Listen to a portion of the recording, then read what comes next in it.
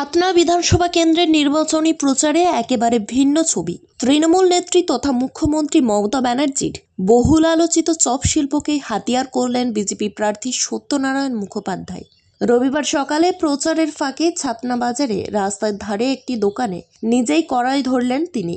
Chop বেগুনি ভাজা থেকে শুরু করে নিজের হাতে মুড়ি ও চপ পরিবেশন সবকিছুতেই সরাসরি অংশ নেন এই শিক্ষক প্রার্থী।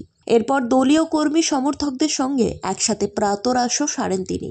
এই ব্যতিক্রমী প্রচার নিয়ে প্রশ্ন উঠতেই সাংবাদিকদের মুখোমুখি হয়ে সত্যনারায়ণ মুখোপাধ্যায় রাজ্যের শিক্ষক নিয়োগের দুর্নীতির প্রসঙ্গ তোলেন।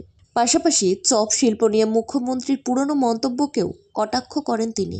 তার দাবি, রাজ্যের শিক্ষিত যুবকদের ভবিষ্যৎ যেখানে অনিশ্চিত, সেখানে এই ধরনের মন্তব্য বাস্তব পরিস্থিতির সঙ্গে বেমানান।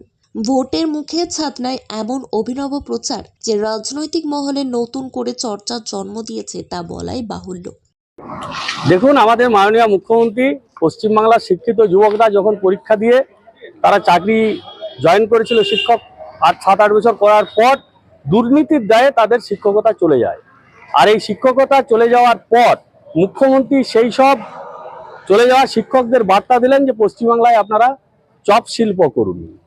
তো সেই শিক্ষিত যুবক ছেলেরা যখন পড়াশোনা শেষ করার পর স্বপ্ন দেখে যে পশ্চিমবাংলায় আমরা শিক্ষকতা করব, আর এই সরকার দুর্নীতির সরকার, টাকার বিনিময়ে শিক্ষকদের চাকরি দিয়েছে। কিন্তু সবাই তো আর দুর্নীতি করে চাকরি পায়নি। অনেক মেধাসম্পন্ন শিক্ষক, তাদেরও চাকরি চলে গেছে। মুখ্যমন্ত্রী, একজন রাজ্যের মুখ্যমন্ত্রী, এই দুর্নীতির তদন্ত করে যারা দুর্নীতি করেছে তাদের শাস্তি দেওয়ার পরিবর্তে উনি কি বলছেন যে না, আপনারা চপ শিল্প করুন। পশ্চিমবাংলায় বেকারদেরকে উনি বার্তা দিয়েছেন। আমি ব্যক্তিগত জীবনে একজন শিক্ষক, তা আমি মনে করেছি যে পশ্চিমবাংলায় স্বাধীনতার পর শিক্ষকদের কোনো রাজ্যের মুখ্যমন্ত্রী এত অপমান করেননি। তো তাই আমি ওনার ওই চপ শিল্পের বার্তা নিয়ে আমি এটা প্রতিবাদ স্বরূপ আজকে চপ ভেজে এখানের মানুষকে আমি চপ শিল্পের অনুপ্রেরণা, যে যদি 2026-এ পশ্চিমবাংলায় ভারতীয় জনতা পার্টির সরকার প্রতিষ্ঠা না হয়, তাহলে শিক্ষিত যুবক ছেলেদেরকে এই চপ শিল্পই করতে হবে। তাই আপনারা সজাগ হন। 2026-এর নির্বাচন, মমতা ব্যানার্জি যেসব মেধাসম্পন্ন ছাত্রদেরকে অপমান করেছেন তার প্রতিবাদ স্বরূপ আপনারা এই সরকারকে উৎখাত করুন, ভারতীয় জনতা পার্টির সরকার প্রতিষ্ঠা করুন।